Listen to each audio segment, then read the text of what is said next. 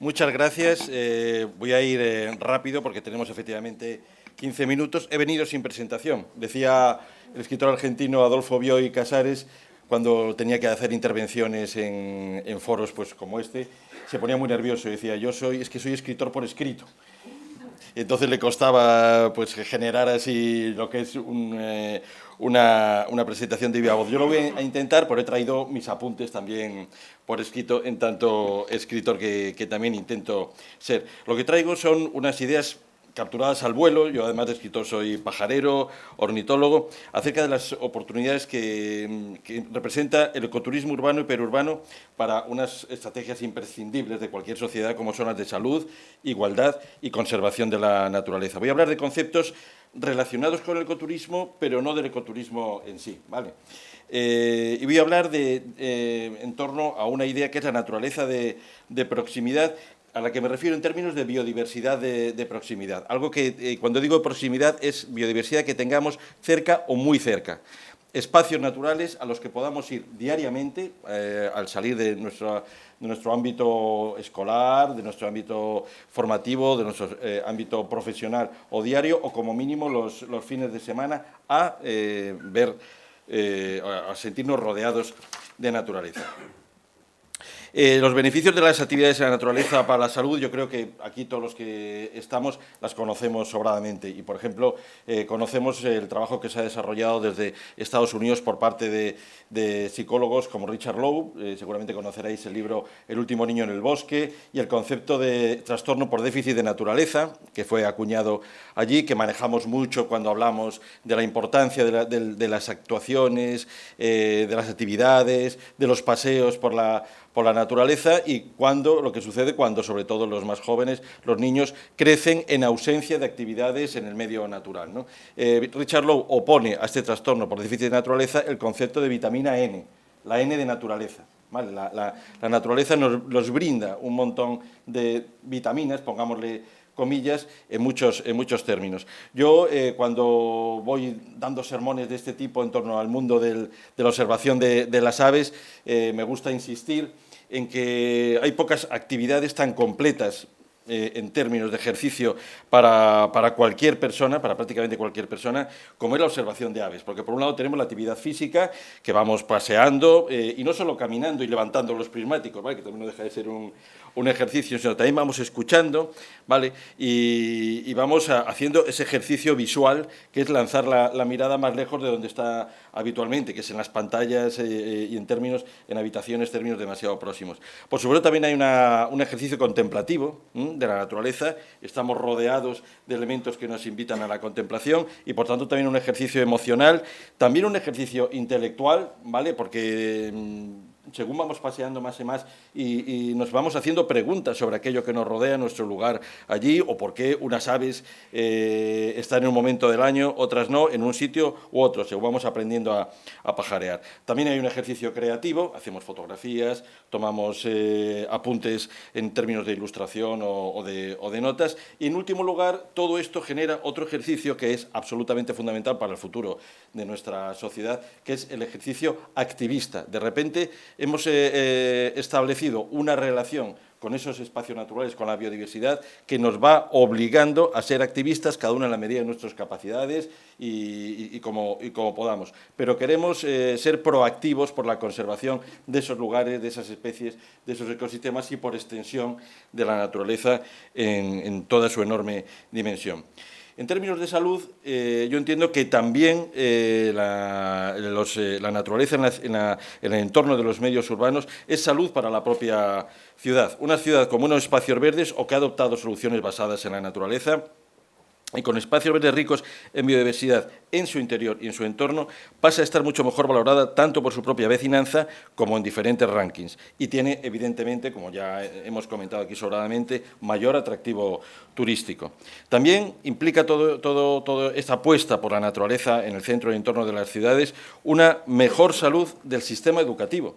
El sistema educativo es, hoy por hoy, ineficaz si no forma de manera completa a la ciudadanía del mañana en la intimidad con la naturaleza y el conocimiento de los procesos ecológicos globales y locales. Y esto debe abarcar desde preescolar hasta la universidad. Solo si tenemos naturaleza de proximidad vamos a poder disponer de espacios para el aprendizaje en vivo y en directo y no solo en teoría en las aulas.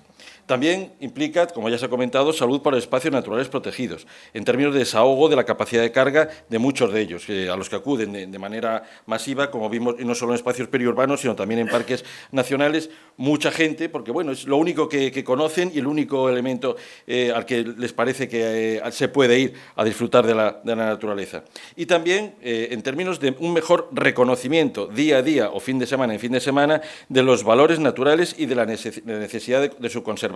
Y, por tanto, cuando estas personas se trasladan a espacios naturales protegidos, con términos de parque natural, parque nacional, valoran más y, además, han adquirido capacidad para un mejor comportamiento y actitud en esos espacios naturales de mayor valor, en muchos casos, que los periurbanos.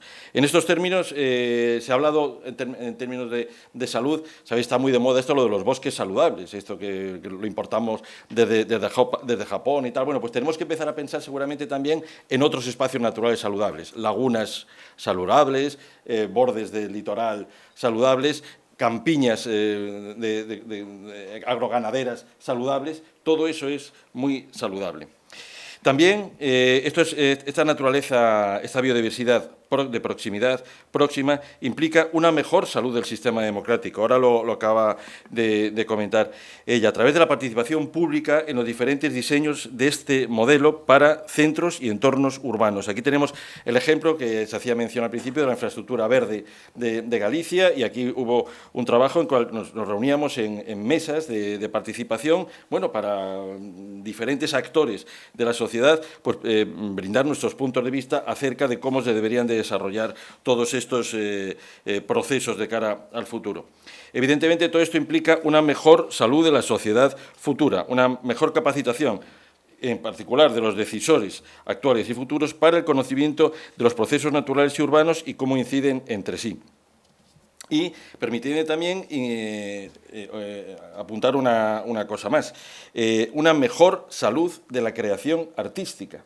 Si lo pensamos, cada vez son más, o desde hace ya muchas décadas, los artistas, los creadores que crean su arte, cualquier tipo de arte que podamos, música, escultura, pintura, tal, que viven en ausencia de la naturaleza porque viven en ámbitos urbanos. Y hay un proceso de autorreferenciación del arte que hay que cambiar, sobre todo si queremos que también desde el mundo de la creación se aporten soluciones al problema de la conservación de la naturaleza. Todo esto implica, bueno, pues en términos de ciudades o en términos de entorno de ciudades, una mejor salud del destino turístico o ecoturístico, en términos de que el turismo tiene que ser también saludable para el destino. Vale. Voy a pasar ahora, ya veis que voy muy rápido para aprovechar al máximo estos 15 minutos, a hablar de igualdad. Y cuando hablo de igualdad me refiero a igualdad en términos de acceso al conocimiento, interpretación, disfrute y recorrido de las áreas naturales al tiempo que se las aprecia y se contribuye de forma práctica a su conservación. Todo este párrafo, si os dais cuenta, lo he copiado directamente de lo que es la definición de ecoturismo a partir del Congreso de Daimiel. ¿Hay realmente ahora mismo, estamos en términos de igualdad, cualquier persona en cualquier condición tiene acceso a la naturaleza?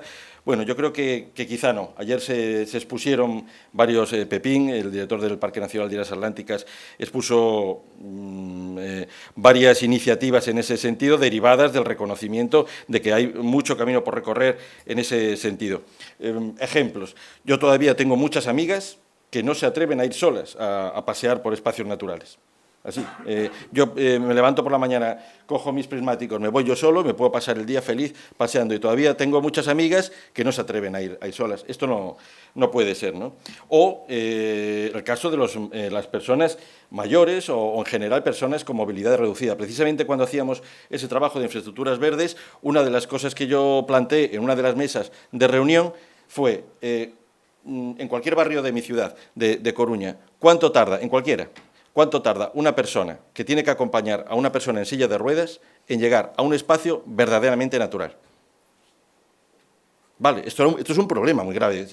Tenemos que ser conscientes. O sea, hay barrios en mi ciudad, como en cualquier otra, en los cuales es literalmente imposible o muy difícil llevar a una persona a que se siente debajo de la sombra de un árbol a escuchar aves, a escuchar el sonido del agua y a sentirse con ese relax que todos los que estamos aquí sabemos lo que nos supone cuando estamos en la naturaleza. Igualdad. Y, por supuesto, igualdad también para las personas más jóvenes, para los escolares, para facilitarles el conocimiento de la naturaleza sin precisar de grandes desplazamientos. No puede ser que solo tengan un contacto constante o lo más constante posible con la naturaleza aquellas niñas y niños cuyos padres tengan esta sensibilidad o que tengan suficiente dinero para llevarlos a espacios naturales distantes. Hay que facilitar este contacto diario o casi diario con la naturaleza a todas las niñas y niños. De hecho, uno de los movimientos derivados de los libros y de las actividades de Richard Louv fue que las asociaciones de madres y padres de alumnos de muchas zonas de Estados Unidos empezaron a exigir para los centros escolares o su entorno inmediato espacios ricos en biodiversidad. En las zonas escolares tenemos ya desde hace años polideportivos, cuando yo era joven muchos colegios todavía no lo tenían, ahora ya lo tienen, aulas de informática, pizarras digitales, etcétera, pero todavía falta esto, falta un lugar, una pequeña laguna, lugares ricos en biodiversidad, con pequeñas huertas, donde se aprendan desde pequeños los procesos ecológicos más elementales que son los que van a tener que manejar luego en el futuro como ciudadanos mayores. 3 minutos, Antonio. Muy bien. También igualdad en términos de comprensión, por todo ello, interiorización y celebración de la naturaleza. En todos los barrios tenemos también que pensar en el riesgo de que si introducimos mucha naturaleza, esto es un proceso que se ha dado y que seguramente también conoceréis, en centros de ciudades y entorno de ciudades, vale, metemos aquí mucha naturaleza, facilitamos, pero de repente se produce un proceso de gentrificación. 20, 30 años después, ese barrio se ha convertido en un lugar tan ideal que empiezan a subir los precios, las personas con rentas más bajas se tienen que marchar de ahí y cambia el cuento, como decimos aquí. Entonces, esto hay que también preverlo a la hora de gestionar. Y luego empezar a pensar también en viajes de ecoturismo, aquí sí que voy a hablar de ecoturismo, para todas las edades, pero en especial para jóvenes. Aquí en el CEIDA, en el Centro de Extensión Universitaria y Divulgación Ambiental de Galicia, pusimos en marcha hace unos años una página web que se refiere a espacios naturales de interés pedagógico. Yo creo que sería muy interesante empezar a implementar mejor esta red y definir cuáles son aquellos lugares en los que se pueden hacer este tipo de actividades viajando desde lejos o desde muy cerca, que están ya reconocidos a nivel local y en los cuales se pueden intercambiar experiencias diferentes profesionales de la educación, etcétera, etcétera. Para terminar, y muy rápido, conservación, la tercera pata de las ideas que quería compartir con vosotros hoy.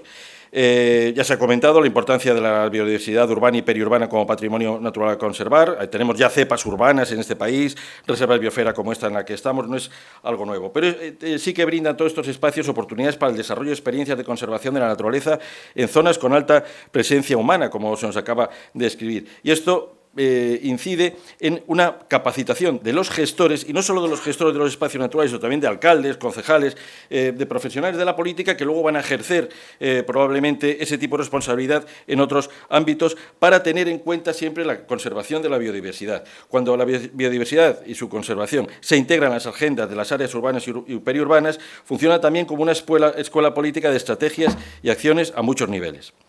Evidentemente, también conservación en términos de la huella de carbono, como ya se acaba de exponer, no voy a incidir en eso, y de los ecosistemas agroganaderos y naturales del entorno de las ciudades. ¿Todo esto a qué nos lleva? Estamos hablando en este congreso de la huella de carbono, pero no se nos debe olvidar que tan importante y tan grave como el problema del cambio climático es la pérdida de biodiversidad. Hay ejemplos. La pérdida de polinizadores es estremecedora a nivel mundial y especialmente a nivel europeo. Tenemos ejemplos de trabajos que se han desarrollado en Alemania. Aquí en nuestro país no los conocemos, pero todos sabemos el ejemplo que ponemos siempre del parabrisas del coche, de los que ya vamos sumando años, cómo había que parar cada poco a limpiarlos, y ahora mismo pues puedes hacer viajar a Madrid desde Coruña sin tener necesidad de limpiar el parabrisas, o en términos de aves, que por volver al principio, principio, un 50% de las aves de nuestro país, en el último libro rojo elaborado por SEO BirdLife, está en graves problemas de conservación. Es obligación también de las ciudades y también de los entornos de las ciudades trabajar por la conservación. No nos queda otra. O sea, no es solo la huella de carbono, sino también el otro enorme problema que tiene el mundo, que es la pérdida de biodiversidad, algo que tenemos que acometer cuanto antes. Y ya entonces, para terminar muy rápido, pues plantear una pregunta, así un poco de cierre.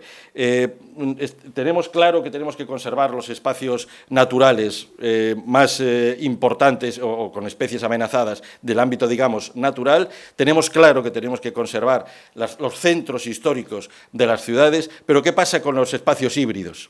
¿Qué pasa con estas zonas de transición, estos espacios periurbanos?